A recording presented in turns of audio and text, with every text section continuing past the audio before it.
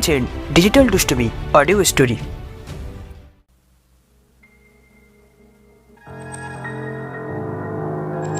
নমস্কার, ডিজিটাল দুষ্টুমিতে আজকের গল্প হল প্রেমেন্দ্র মিত্রের লেখা ব্রহ্মদৈত্যের মাঠ। কল্লোল যুগের একজন বহুমুখী প্রতিভার অধিকারী বাঙালি কবি, ছোট গল্পকার, ঔপন্যাসিক এবং চিত্র পরিচালক প্রেমেন্দ্র মিত্র। তিনি 1904 সালের 4 সেপ্টেম্বর জন্মগ্রহণ করেন। তিনি কল্পবিজ্ঞান সাহিত্য রচনায় বিখ্যাত ছিলেন।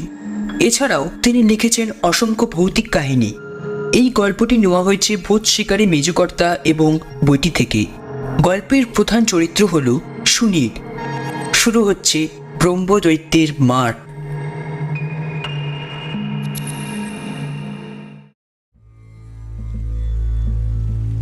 সুনীল সেদিন বিলেত থেকে ডাক্তারি পাশ করে ফিরেছি। চিরকালই সে ডানপিটে।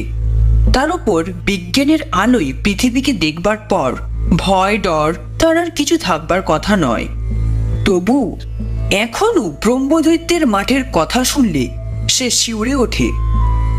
কেন যে ওঠে সেই গল্পই আজ তার কাছে যেমন শুনেছি বলবো। সুনীল বলে, আমাদের শহরতলির ভেতর দিয়ে যে লম্বা সিধে সড়কটা নদীর ধার পর্যন্ত গেছি, তার দক্ষিণ পাশে ছিল ব্রহ্মদৈত্যের মাঠ। প্রকাণ্ড পতিত জমি, তাতে না ছিল মানুষের বসতি, না ছিল গাছপালা, শুধু শূন্য মাঠ খাঁ খাঁ করত। এমন শূন্য মাঠ হয়তো অনেক জায়গাতেই আছে, কিন্তু এ মাঠের ভারী বদনাম ছিল। সে বদনামটা যে কি আমরা ভালো করে কেউ জানতাম না।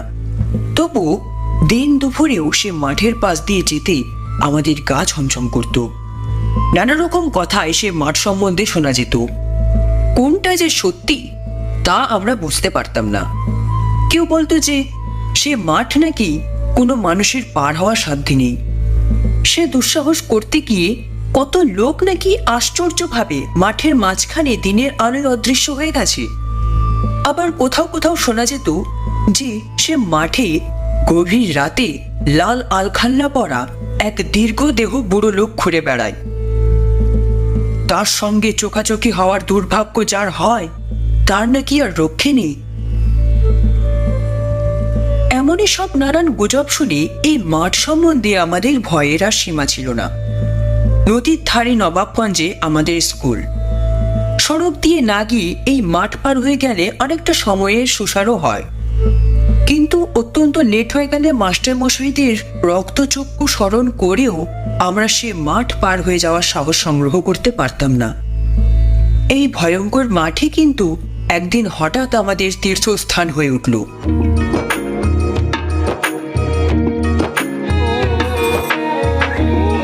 একদিন সকালে উঠে হঠাৎ চমকে শুনলাম বাড়ির ধার দিয়ে ছ্যাঁকড়া গাড়িতে ব্যান্ড বাজিয়ে সার্কাসের দল যাচ্ছে। অনেক রকম বাজনায় পৃথিবীতে আছে, কিন্তু ছেলেবেলায় যে ছ্যাঁকড়া গাড়িতে সার্কাসের প্ল্যাকার্ড টাঙানো থাকে এবং যার ভেতর থেকে পৃথিবীর দাতা শ্রেষ্ঠ দাতা অমন হ্যান্ডবিল বিলি করে যায়, তার ব্যান্ডের মতো মধুর বাজনা আর কোনো কিছুই বোধহয় নেই। অনেক কাকুতো মিনতি করে ছ্যাঁকড়া গাড়ির পেছনে পেছনে বহুদূর পর্যন্ত দৌড়ে একটা হ্যান্ডবিল জোগাড় করে পড়ে জানতে পারলুম যে আমাদের শহরের পৃথিবীর অষ্টম আশ্চর্য বিশ্বম্বর সার্কাস আমেরিকায় নিমন্ত্রণ রক্ষা করতে যাওয়ার আগে অনুগ্রহ করে কয়েকদিনের জন্য খেলা দেখিয়ে যাবে। প্রবেশ মূল্য সবচেয়ে কম, দেখলাম 4 আনার, এবং তারই সঙ্গে বিলম্বে হতাশ হইবেন এই সতর্ক বাণী পড়ে ঠিক করলাম যেমন করেই হোক এ সার্কাস দেখতেই হবে। কিন্তু পরের মুহূর্তেই হ্যান্ডবিলের বাকিটা পড়ে মন একেবারে দমে গেল। দেখলাম সার্কাস হবে এই মাঠে। পৃথিবীর অষ্টম আশ্চর্য দেখবার লোভেও এই মাঠে যেতে মন সরছিল না। শেষ পর্যন্ত কিন্তু লোভেরই জয় হলো। ভাবলাম শহর শুদ্ধ লোক তো যাবে, তবে ভয় কিসের? বাড়িতে কাউকে অবশ্য জানালাম না, জানালে আর রক্ষে থাকতো না। খেলা হবে 2 বার, সন্ধ্যায় আর রাত 9টায়। কিন্তু নানান ফন্দি ফিকির করেও বাড়ির গুরুজনদের দৃষ্টি এড়িয়ে সন্ধ্যার খেলায় যেতে পারতাম না। 9টার খেলা দেখতে যাওয়ার জন্য বেশি সাহস দরকার, কিন্তু সুবিধে অনেক। মনে মনে সেই সংকল্পই করলাম। আমাদের শোবার ঘরটা একেবারে বাড়ির একধারে। কোনো রকমে তাড়াতাড়ি পড়াশোনা সেরে সেদিন মাথা ধরার নাম করে শুয়ে পড়লাম। এই ঘরে বড় দাদা ছাড়া আর কেউ শোয় না। তিনিও অনেক রাত্রে এসে একেবারে কোনো দিকে না চেয়ে শটান শুয়ে ঘুমিয়ে পড়েন। মাকে বললাম মাথা ধরার জন্য চোখের আলো সহ্য হচ্ছে না। মাও সরল বিশ্বাসে আলোটা সরিয়ে নিয়ে গেলেন। আর আমায় পায় কে? মশারিটা ভালো বেশ করে চারধারে গুজে দিয়ে জানলা বেয়ে একেবারে পথে। এই মাঠের নামে যেটুকু ভয় ছিল, সার্কাসের কাছে পৌঁছে লোকের ভিড়, আলো ও আয়োজনের ঘটায় সে কোথায় উবে গেল তার পাত্তাই পেলাম না। এ যেন সে মাঠই নয়, রাতারাতি আলাদিনের প্রদীপ থেকে যেন তার উপর এক মায়ানগর বানিয়ে দিয়েছে কে। কি আশা আকাঙ্ক্ষা কৌতূহল নিয়ে যে লম্বা ক্যাডারের সকলের চেয়ে উঁচু বেঞ্চির একধারে গিয়ে বসলাম তা বলতে পারি না। নিজের সৌভাগ্যে নিজেরই যেন বিশ্বাস হচ্ছিল না। মনে হচ্ছিল সার্কাস আরম্ভ হওয়ার আগে হয়তো কি একটা দুর্ঘটনা ঘটে যাবে, সার্কাস দেখা আমার ভাগ্যে আর হবে না। কিন্তু নির্বিঘ্নে সার্কাস আরম্ভ হয়ে গেল। বরাবর আমার সকাল সকাল শোয়া অভ্যাস, কিন্তু নতুন খেলার পর খেলার রুদ্ধ নিঃশ্বাসে দেখতে দেখতে ঘুম যে কোথায় উড়ে গিয়েছিল সেদিন বলতে পারি না। ক্লাউনদের ভাড়ামিতে হাসতে হাসতে সেদিন নাড়ি ছেড়ে যাওয়ার উপক্রম হলো। ট্রাপিজ খেলোয়াড়দের অসীম সাহস দেখে সবয়ে তারা এই বুঝে পড়ল মনে করে কতবার যে চোখ বুঝলাম বলতে পারি না। জানোয়ারদের অদ্ভুত শিক্ষা থেকে অবাক হয়ে গেলাম। সব খেলাই ভালো, শুধু ঘোড়ার একঘেয়ে খেলা একেবারে বিরক্তিকর। একবার ঘোড়ার খেলা আরম্ভ হয় আর বুঝতে পারি কি দারুণ ঘুমে চোখ আমার জড়িয়ে এসেছে। সার্কাস শেষ হতে তখন বোধহয় বেশি দেরি নেই। সার্কাস ম্যানেজার নিজে সেই একঘেয়ে ঘোড়ার খেলা শুরু করেছে। দেখতে দেখতে বিরক্তি ধরে গেছে। মনে মনে কখন তা শেষ হবে ভাবছি। এমন সময় মনে হলো ঘোড়াগুলো যেন রিংয়ের ভেতর নেই। গ্যালারিয়াম ছড়িয়ে পড়ে তারা অত্যন্ত সহজে কাঠের উপর দিয়ে দৌড়ে বেড়াচ্ছে। পর মুহূর্তেই মনে হলো আমি যেন রিংয়ের মাঝখানে কেমন করে এসে পড়েছি এবং আমায় ঘিরে বিদ্যুৎ বেগে ঘোড়াগুলো ঘুরছে। শুধু ঘুরছে নয়, ঘুরতে ঘুরতে ক্রমশ তারা আমার একেবারে কাছে ঘেঁষে আসছে। আর একটু এলেই তারা একেবারে আমার গায়ের উপর এসে পড়বে। আমি চিৎকার করে উঠলাম। সঙ্গে সঙ্গে ঘুম ভেঙে দেখি অন্ধকার, চারিদিকে গাঢ় অন্ধকার। 7 পুরু কালো পর্দায় চোখ ঢেকে রাখলেও বোধ হয় চোখে এত অন্ধকার দেখা যায় না। আশেপাশে হাত দিয়ে বুঝতে পারলাম আমি সেই গ্যালারির কাঠের বেঞ্চির ওপরেই কাত হয়ে শুয়ে আছি, অথচ আশেপাশে কেউ কোথাও নেই। যে সার্কাস আলোয় মানুষের কোলাহলে জমজমাট হয়েছিল তার চিহ্নই কোথাও নেই, খালি অন্ধকার। আর সেই অন্ধকারে ভিজে কাঠের গুঁড়োর কেমন একটা ভ্যাপসা গন্ধ। বুঝলাম ঘোড়ার একঘেয়ে খেলা দেখতে দেখতে ঘুমিয়ে পড়েছিলাম। তারপর কখন যে সার্কাস ভেঙে গেছে, কখন যে সমস্ত লোকজন চলে গেছে, কখন সার্কাসের লোকেরা সমস্ত বাতি টাতি নিমিয়ে চলে গেছে, কিচ্ছুই টের পাইনি। কিন্তু কেন যে পাইনি সে কথা ভেবে এখন কোনো লাভ নেই। বিরাট তাঁবুর ভেতর অন্ধকারে আমি একলা, এইটাই সবচেয়ে বড় কথা।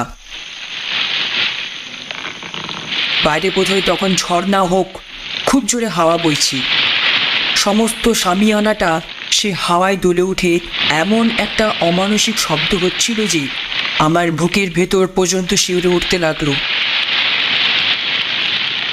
মনে পড়ল এই তাঁবুর বাইরেই সেই ভীষণ মাঠ। এই নিশুতি রাতে সেখানে জনমানব নেই, শুধু অন্ধকার। কিন্তু তাঁবুর ভেতরেই বা কী করে থাকা যায়? আমি হাতড়ে গ্যালারি দিয়ে নামলাম, কিন্তু কোন দিকে যাব? ধীরে ধীরে 2 পা এগোতেই হোঁচট খেয়ে পড়ে গিয়ে দেখলাম তাঁবুর একটা খুঁটির দড়িতে পা জড়িয়ে গেছে। অনেক কষ্টে সে দড়ি ছাড়িয়ে আর একটু যেতে গিয়ে আবার গোটা কতক চেয়ারে সজোরে ধাক্কা লাগলো। এবারে আমি আর থাকতে পারলাম না, সজোরে চিৎকার করে উঠলাম,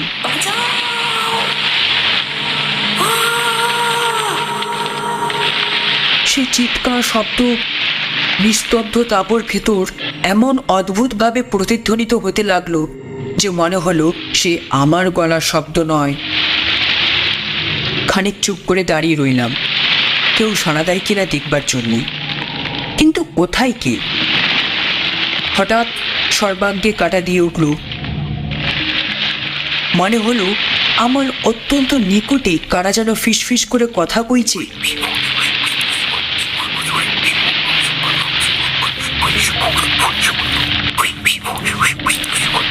কান পেতে শুনবার চেষ্টা করলাম, কিন্তু কিচ্ছু বুঝতে পারলাম না। কাঁপা গলায় বললাম, কোনো সাড়া নেই। তেমন ফিসফিস শব্দ অত্যন্ত কাছে।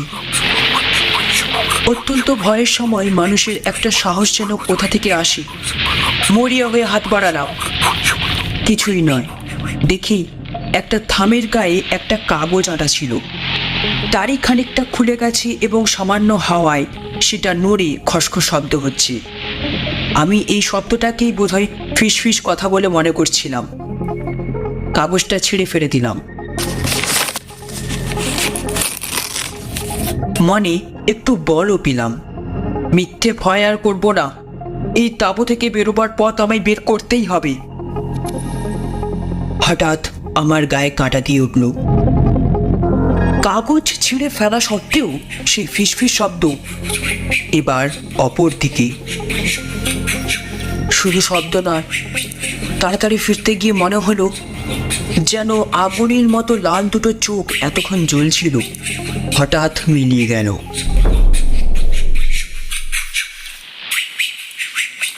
সমস্ত শরীর ভয়ে অবশ হয়ে যাচ্ছিল।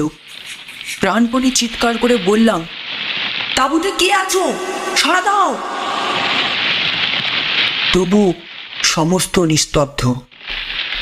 এই নিশুতি রাতে অন্ধকারে এই তাঁবুর ভেতর কি যে করব, কোথায় যে যাব, ভেবে না পেয়ে আমার শরীর হিম হয়ে যাচ্ছিল। গ্যালারির বেঞ্চি ধরে এবার বেরোবার পথ খোঁজবার চেষ্টা করলাম। ভাবলাম যেখানে বেঞ্চি শেষ হয়েছে সেইখানেই নিশ্চয়ই পথ পাওয়া যাবে। কিন্তু আশ্চর্য, বেঞ্চি ধরে ধরে যত দূর যায় কোথাও তা আর শেষ হতে চায় না। মনে হলো ঘন্টার পর ঘন্টা আমি এমনই ঘুরছি, তবু বেঞ্চির আর শেষ নেই। ক্লান্তিতে পা আর চলতে চাইছিল না। হতাশ হয়ে অন্ধকারে বসে পড়লাম।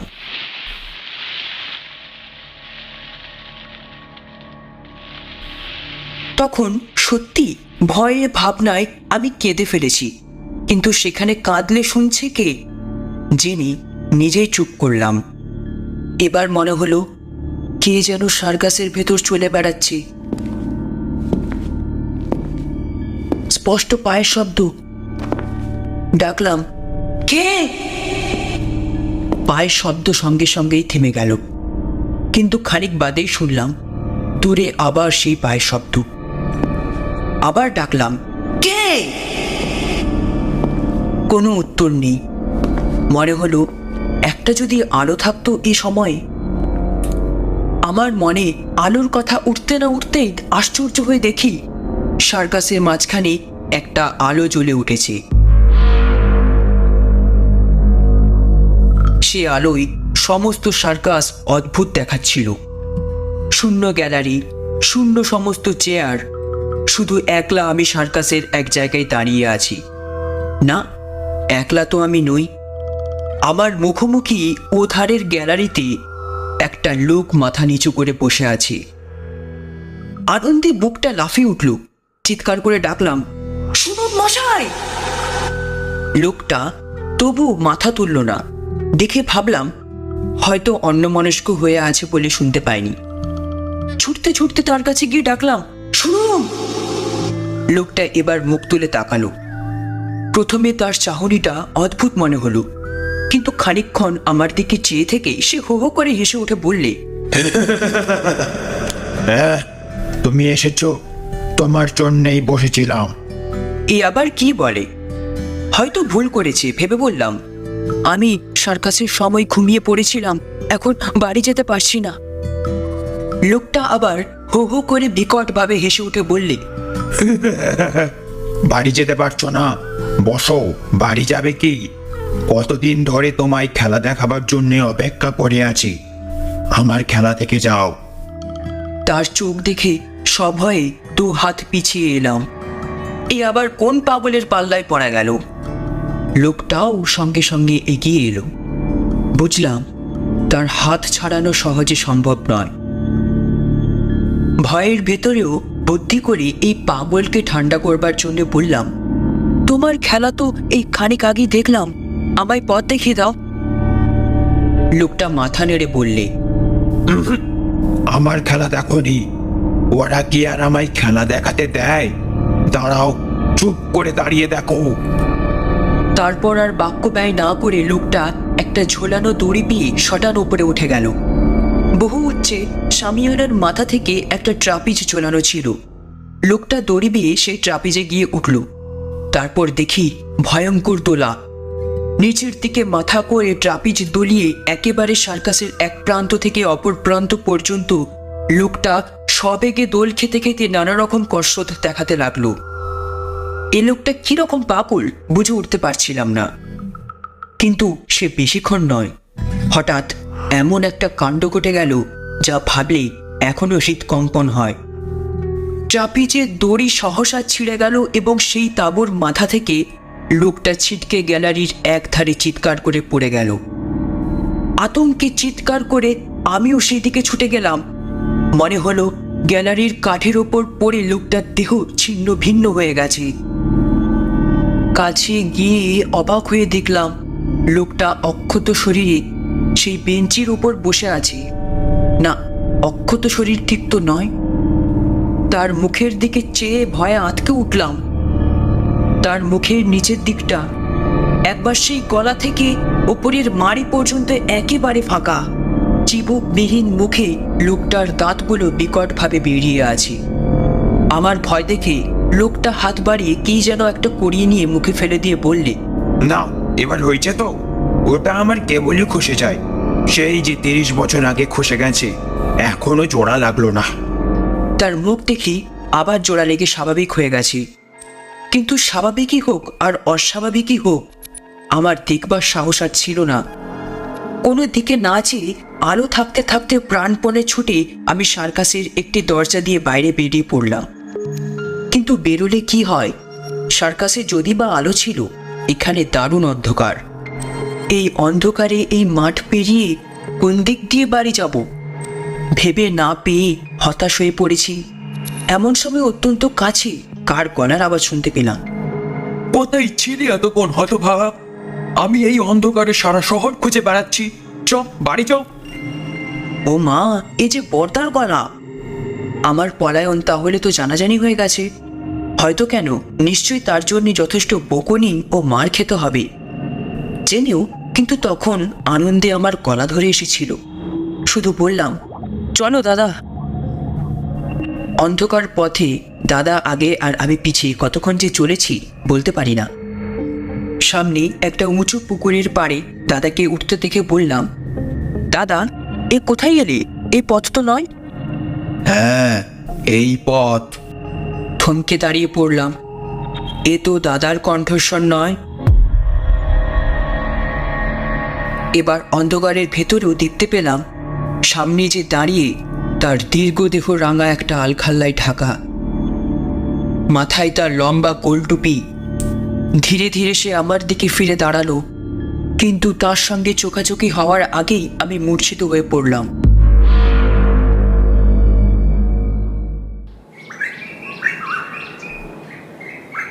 সকালে চোখে আলো লেগে যখন জ্ঞান হলো, তখন দেখি প্রকাণ্ড একটা দিঘির উঁচু পাড়ের ওপর আমি শুয়ে আছি।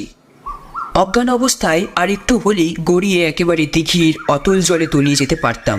যাইনি, এই আশ্চর্য।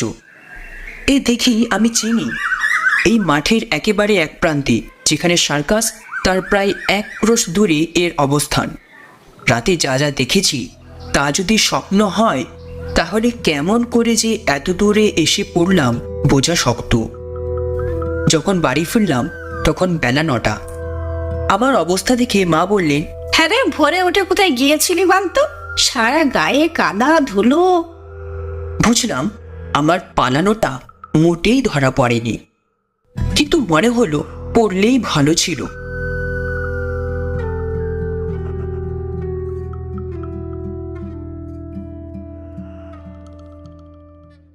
এতক্ষণ শুনছিলেন ডিজিটাল দুষ্টুমি অডিও স্টোরি। গল্পটি ভালো লাগলে একটি লাইক দেবেন এবং আমাদের চ্যানেলে নতুন হয়ে থাকলে চ্যানেলটিকে সাবস্ক্রাইব করে পাশে থাকা বেল আইকনে ক্লিক করতে অবশ্যই ভুলবেন না। আপনার সহযোগিতার জন্য ধন্যবাদ।